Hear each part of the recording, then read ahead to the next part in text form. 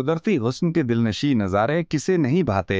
इंसान जब भी दुनियावी उलझनों का शिकार हो जाए तो उसकी कोशिश होती है कि फितरत के करीब होकर दिलो दिमाग को दोबारा से तरोताज़ा कर ले। यही सोच दिलकश कुदरती नज़ारों की सयाहत का सबब बनती है।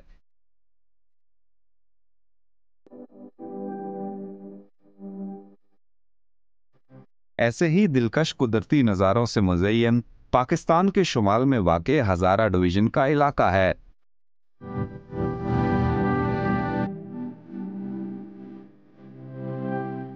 यहाँ का लैंडस्केप हर चंद मिनट बाद बदल जाता है और हर बदलता हुआ रूप पहले से ज्यादा दिलकश और मन मोह लेने वाला होता है।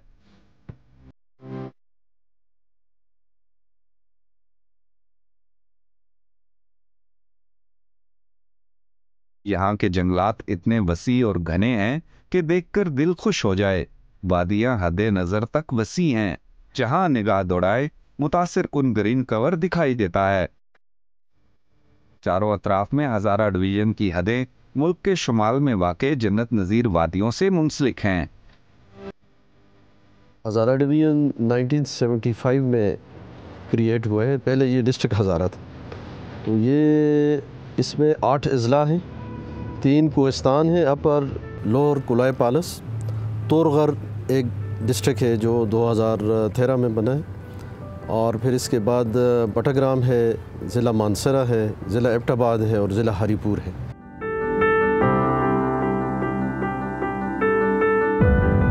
जो इसका हुदूद अरबा है, ये एक तरफ डिस्ट्रिक्ट रावलपिंडी और अटक से मिलता है, दूसरी तरफ ये सवाबी और ज़िला बुनैर से मिलता है, और शुमाल की तरफ से ये गिलगित बल्तिस्तान के साथ साथ मलकंड डिवीज़न के साथ इसकी बाउंड्रीज़ मिलती हैं।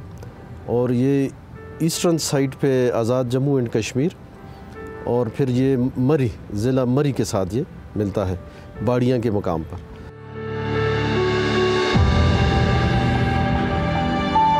हज़ारा रेंज कसीरल कौमी इलाका है जहाँ दर्जनों अक़वाम आबाद हैं। मुख्तलिफ़ुल नस्ल अक़वाम की मौजूदगी इसे एक ऐसा गुलदस्ता बना देती है जिसमें मुख्तलिफ रंगो नस्ल और खुशबू के हामिल फूल सजे हों। हज़ारा डिवीज़न जो है ये 14,000 प्लस स्क्वायर किलोमीटर एरिया है। जो अक़वाम यहाँ बसती हैं, इसमें अगर हम गाज़ी से शुरू करें तो वहाँ तायर खेली हैं, आगे मशवानी हैं, फिर सरदार हैं, फिर राजगान हैं, गखड़ सरंगाल हैं, तरीन हैं, फिर तनौलीज़ हैं और दीगर अक़वाम भी हैं जिसमें आवान भी हैं और बहुत सारी छोटी छोटी अक़वाम हैं। तो एबटाबाद में जब आएँ आप तो फिर यहाँ पे सरदार हैं, करलाल, अब्बासी हैं, ढूंढ हैं, और फिर यहाँ पे जदून हैं, और एबटाबाद में फिर अगेन तनौलीज़ भी हैं, और दीगर अक़वाम में आवान एक बड़ी बरादरी है जो यहाँ पे बसते हैं। और फिर आगे आप मानसरा जाएँ तो वहाँ फिर तनौलीज़ हैं, यूसुफ ज़ई सवातीज़ हैं, सादात हैं, और यहाँ भी गुजर बरादरी की एक बड़ी तादाद पाई जाती है जो तमाम पहाड़ी इलाकों में, शुमाली पहाड़ी इलाकों में नारान, कागान, जच्छा, मंडा गुच्छा, शनकारी से ऊपर इन तमाम पहाड़ी इलाकों में ये बटल आल ऊपर ये पाए जाते हैं। फिर बटाग्राम में फिर ख़वानीन भी हैं और अलाई की अक़वाम हैं, और काला ढाका में आपको पता है कि वहाँ पे कबाइल हैं, और इसी तरह फिर अगरोर में भी जो है वो ये सवातीज़ हैं, और इसी तरह तनौलीज़ हैं।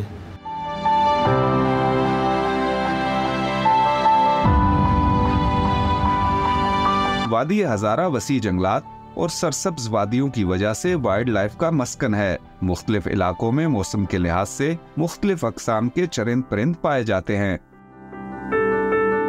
यहाँ पे इंतहाई खूबसूरत और नायाब किस्म के परिंदे पाए जाते हैं। यहाँ पे जंगली जानवरों की बहुतात है और किस्म किस्म की स्पीशीज़ पाई जाती हैं। यहाँ पे आपको मैं बताऊँ कि कुलाय पालस के इलाके में एक परिंदा है जिसे जजील कहते हैं, और वो इंतहाई वो ब्राउन, गोल्डन ब्राउन रेडिश किस्म का वो परिंदा है, और वो एक नायाब किस्म की नस्ल है वो। हज़ारा डिवीज़न का आगाज़ हरीपुर शहर से और इख्तिताम बालाई हज़ारा में कोहिस्तान के मुकाम पर होता है। हरीपुर महाराजा रंजीत सिंह के दौर में यहाँ के मुंतजिम हरी सिंह के नाम की मुनासबत से हरिपुर कहलाता है। यहाँ की जमीन खासी जरखेज है। शायद इसी वजह से ही ये माजी बैद से ही मुख्तलिफ सल्तनतों का अहम हिस्सा रही है।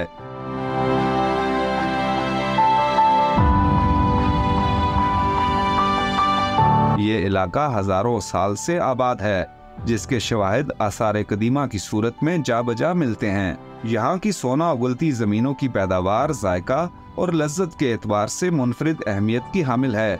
मुख्तलिफ इकसाम के फल जायके में अपना सानी नहीं रखते, जबकि यहाँ के खाने भी लजीज और शानदार हैं। जब आप शहर शहर घूमते हैं ना, तो फिर आपको शहर शहर का फूड भी ट्राई करना चाहिए। यकीन जाने कि ऐसा ऐसा मज़ेदार फूड आपको मिल जाता है, और ऐसी जगह से मिल जाता है जहाँ आपकी सोच भी नहीं होती थी। ये दाल चावल है, हरिपुर के खासी मशहूर है। इसमें खाली दाल ही नहीं होती, चने भी हैं, चुनौतियाँ भी है। ये एक बड़ा मिक्सचर जो है ना, वो इन्होंने बना रखा है। तो आपको भी रिकमेंड करूँगा कि जब कहीं जहाँ पर जाए ना, वहाँ का लोकल फूड आपको ज़रूर चेक करना चाहिए। यकीनन आपको अच्छा लगेगा।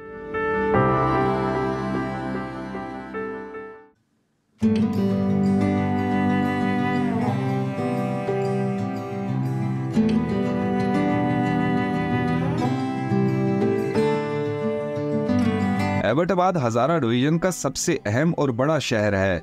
ये शहर मयारी स्कूलों और कॉलेजेस की बहुतात की वजह से स्कूलों और कॉलेजों का शहर भी कहलाता है। इसका नाम ताजे बरतानिया के जनरल सर जेम्स एबट के नाम पर रखा गया, जो बरतानवी राज के दौरान यहाँ के एडमिनिस्ट्रेटर रहे। वो हजारा डिवीजन के पहले डिप्टी कमिश्नर भी थे।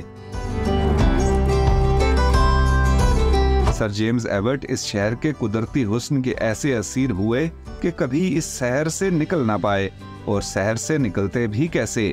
ये शहर है ही इतना दिलकश और मुनफरिद कि जो भी देखे यहीं का होकर रह जाए।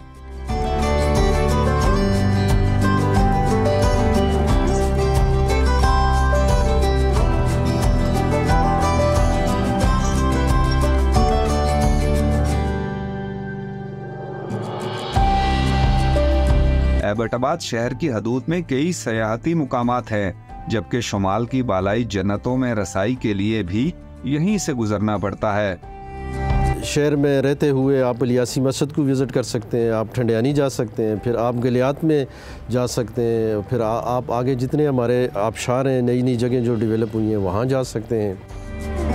एबटाबाद शहर को आप पाकिस्तान की शमाल में मौजूद जन्नत अर्जी का दरवाज़ा भी कह सकते हैं, क्योंकि अगर आपने पाकिस्तान के शुमाल की हसीन तरीन वादियाँ देखनी हैं तो आपको एबटाबाद की हदूद से गुजर कर जाना पड़ता है।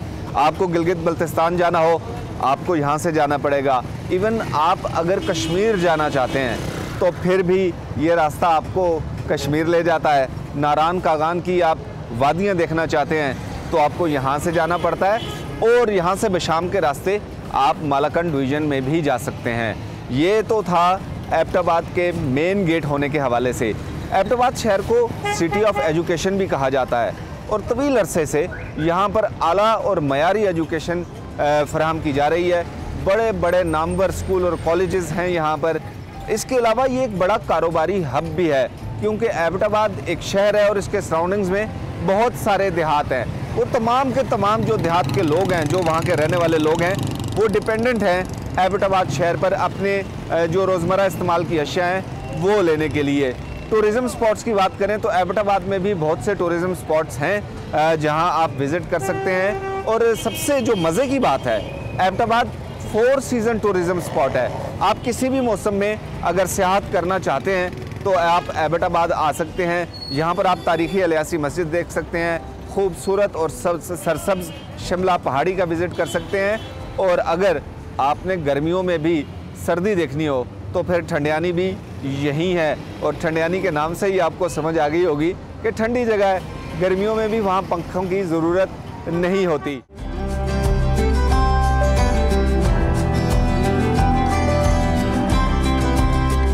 एबटाबाद शहर में दाखिल होने के बाद बाएं जानिब एक रास्ता वादी शेरवान की तरफ जाता है।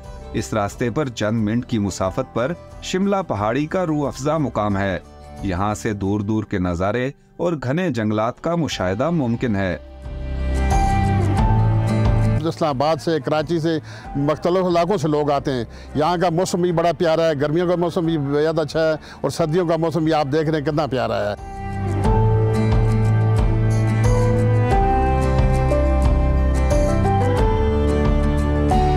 आसान रसाई के बायस सयाहों की बड़ी तादाद यहाँ का विजिट करती है। इन सयाहों में तमाम उम्र के अफराद शामिल हैं।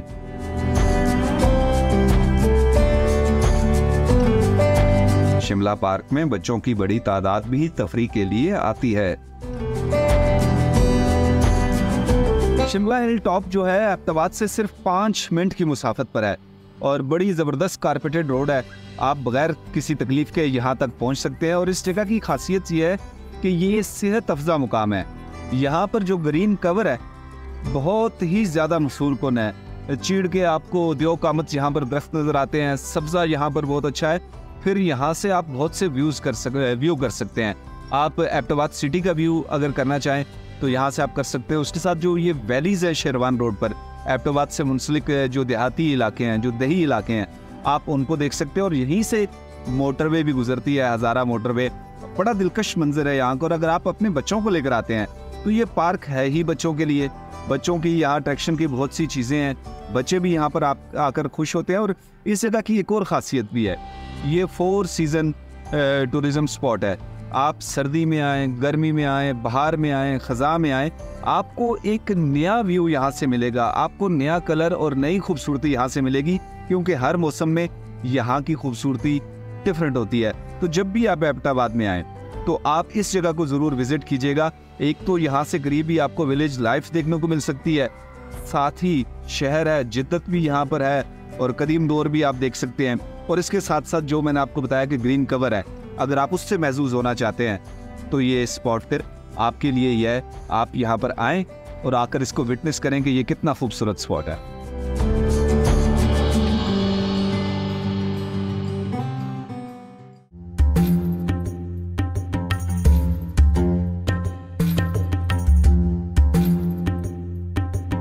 अलियासी मस्जिद एबटाबाद का नायाब तारीखी वर्सा है। ये मस्जिद इतनी मशहूर है कि बिलाशुबा एबटाबाद की पहचान बन चुकी है।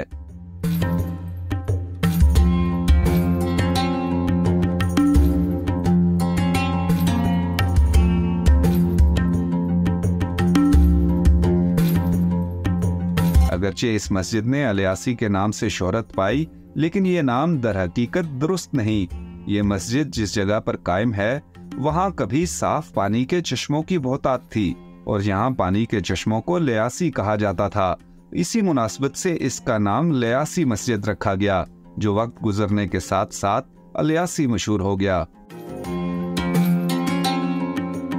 इस मस्जिद का नाम था लियासी, लाम से लियासी, बहने वाला पानी, चश्मे वाली जगह। अलफ का नाम इसका बाद में आते आते अलफ आ गया है। ये किसी के नाम से मजबूर नहीं है, ये चश्मों के नाम से ये मस्जिद है जी।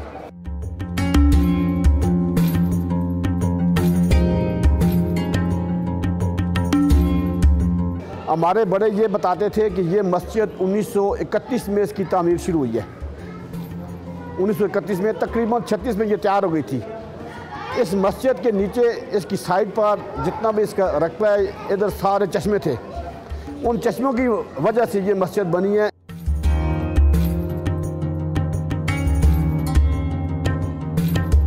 पानी के चश्मों के बायस यहाँ किसी किस्म की तामीर मुमकिन नहीं थी, जिसका हल ये निकाला गया कि तमाम चश्मों को चैनलाइज करके उनका रुख मोड़ दिया गया।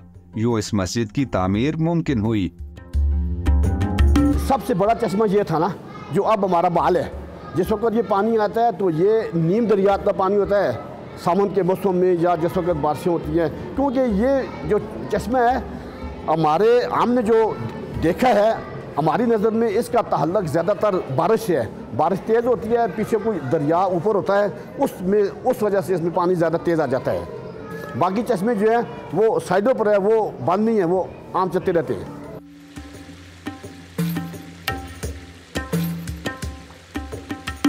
क़याम पाकिस्तान से पहले ये इलाका मुत्तहिदा हिंदुस्तान का हिस्सा था। यहाँ मुसलमानों के साथ साथ हिंदू बरादरी भी आबाद थी। मुसलमान यहाँ मस्जिद बनाना चाहते थे, जबकि हिंदू मंदिर की तामीर के ख्वाहां थे। ये मस्जिद जिस वक्त तामीर हुई है, इतने जज्बे से ये तामीर हुई थी अल्हम्दुलिल्लाह कि हमने अपने बड़ों से सुना है कि उस वक्त तो हिंदुस्तान था, तो हिंदू इधर बनाना चाहते थे मंदिर, तो मुसलमानों ने अल्हम्दुलिल्लाह अपने जज्बे से एक रात में एक थला तैयार किया है नमाज़ पढ़ने की जगह का, जिसमें हर बरादरी, हर कौम, हर तबके ने हिस्सा लिया है। मगर इसमें जो ख़ास हमारे बुज़ुर्ग हैं जिनका इसमें अहम किरदार है, उनका नाम है बाबा फजलुद्दीन।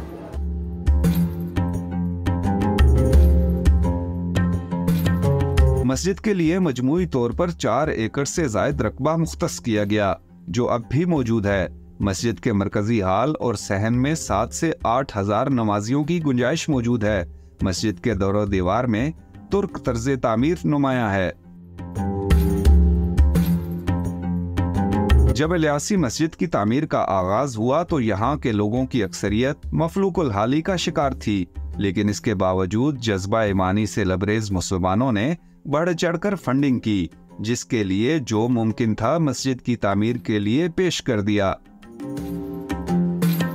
उस वक्त हमारे बुजुर्गों ने एक फैसला किया था कि ज़ाहिर इस इतनी बड़ी मस्जिद हम बना रहे हैं, मदरसा बना रहे हैं, इसके अखराजात होंगे। उस अखराजात के लिए बुजुर्गों ने जितनी भी शुमाली और जनूबी की शमलात थी, इस पूरी शमलात को मस्जिद के नाम पर वक़्फ़ कर दिया था। उस वक़्त हमारा जो इलाका था ये गुर्बत से भरा हुआ था, लोगों के पास पैसा तो नहीं था, ये तो जज्बे से बनी है। रात को इसके ऊपर मेहनत की है मस्तूरात ने, औरतों ने पूरी रात, और दिन को इसके ऊपर काम किया है तमाम मर्दों ने।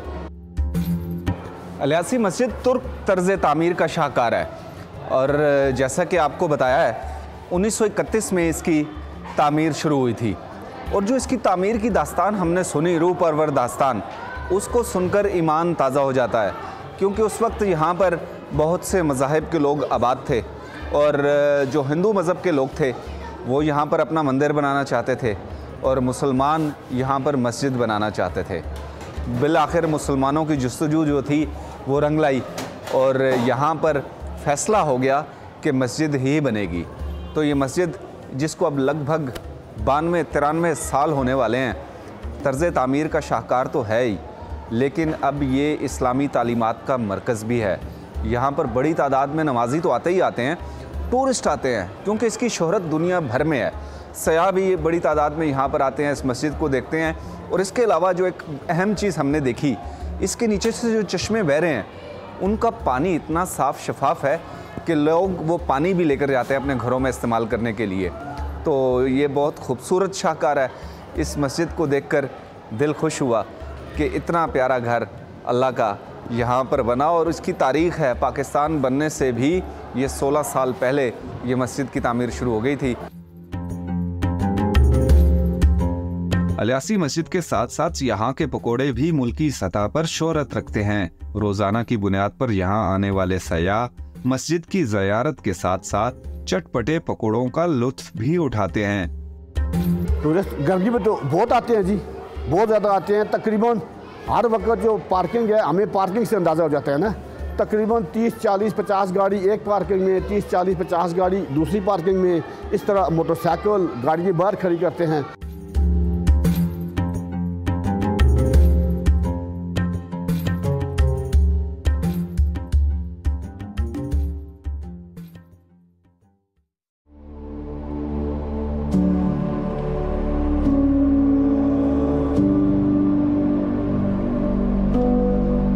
इलियासी मस्जिद से तकरीबन पौने घंटे की मुसाफत पर आसमान की बुलंदियों को छूता एक सरसब्ज सयाहती मुकाम ठंडियानी है, जो अपने नाम की मुनासबत से एक ठंडा ठार सयाहती मुकाम है।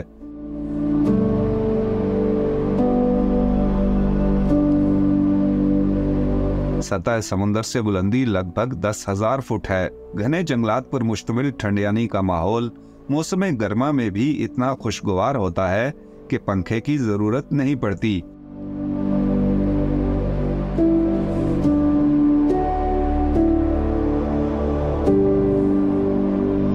मौसम सरमा में यहाँ कई फुट बर्फ का राज होता है। सर्दियों में तो बर्फ होती है कम से कम ही ना 5-6 फुट, तो गर्मियों में फूल होते हैं, दरख्त खिले होते हैं, आवाम होती है, दुनिया होती है इधर।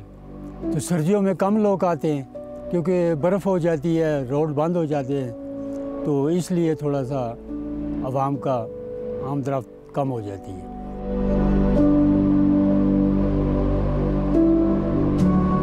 ठंडियानी एबटाबाद का बुलंद तरीन सियाहती मुकाम है और इसका नाम भी ठंडियानी इसीलिए है कि यहाँ पर कोई भी मौसम हो ठंडी रहती है। गर्मियों में यहाँ का टेम्परेचर इतना होता है कि आपको पंखे की ज़रूरत नहीं पड़ती और सर्दियों में यहाँ पर 3 महीने तो मुकम्मल बर्फ़ का राज होता है और कई फुट बर्फ़ पड़ती है। इस स्पॉट की एक खासियत ये भी है कि यहाँ से आप दूर दूर तक का नज़ारा कर सकते हैं। यहाँ से आपको एबटाबाद सिटी बिल्कुल सामने नज़र आता है और उसी के बैकड्रॉप में दूर आपको तरबेला डैम का कुछ हिस्सा भी बड़ा क्लियर नज़र आता है अगर मौसम साफ़ हो तो। और राइट साइड पे मेरे यहाँ पर मानसेरा की वैली जो है वो आपको दिखाई देती है और उसके बैकड्रॉप में नारान और कागान के जो बुलंद बर्फपोश पहाड़ हैं आप उनको देख सकते हैं। और ये लेफ़्ट साइड जो है ये कश्मीर का एरिया है, आज़ाद जम्मू और कश्मीर का एरिया है और यहाँ से आप आज़ाद जम्मू कश्मीर का जो एरिया है उसका नज़ारा भी कर सकते हैं। तो जब कभी आप एबटाबाद आएँ तो ये बेस्ट स्पॉट है, इसको आपने मिस नहीं करना क्योंकि ये एक ऐसा स्पॉट है जहाँ से आप इंतहाई बुलंदी से दूर दूर के इलाके जो हैं उनको देख सकते हैं। और इंसान तो आपको पता ही है कि बेहतरीन और ख़ूबसूरत नज़ारों का मतलाशी रहता है और उसकी कोशिश होती है कि खूबसूरत से खूबसूरत नज़ारे आँखों के सामने हो। तो अगर आप भी इन खूबसूरत नज़ारों के मतलाशी हैं तो ये जगह आपके लिए है। अगर आप यहाँ पर आएंगे तो आपको बहुत खूबसूरत मंजर मिलेंगे और अगर आप सर्दी में आएंगे तो फिर आपको यहाँ पर बर्फ़ भी मिलेगी और इस बर्फ़ के साथ आप खेल भी सकते हैं। तो आपको दिखाता हूँ कि इस जगह से कौन कौन से आप नज़ारे कर सकते हैं।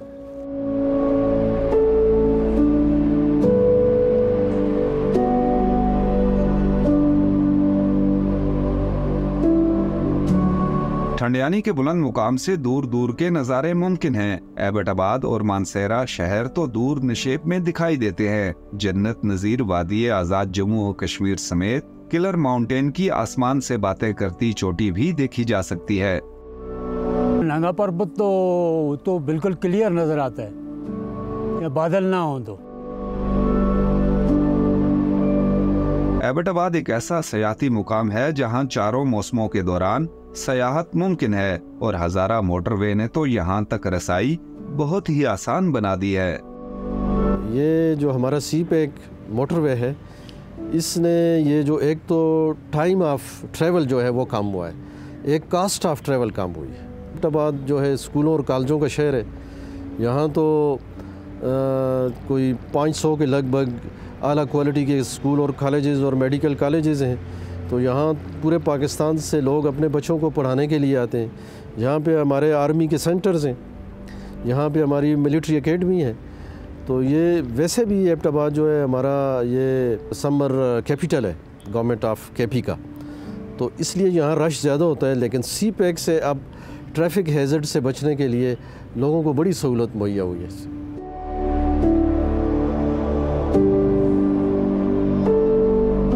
हज़ारा डिवीज़न की तरह एबटाबाद भी अमन व अमान के लिहाज से मिसाली है, जबकि यहाँ के बासी मेहमान नवाजी के लिए मशहूर हैं।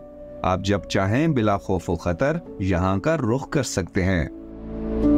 मैं तमाम टूरिस्ट को ये कहता हूँ कि वो बेधड़क आएँ, वो बिला झझक वो आएँ। हर तरह की दिन रात 24 घंटे वो सफ़र कर सकते हैं। बिल्कुल सुकून है और बिल्कुल अमन है हज़ारा में।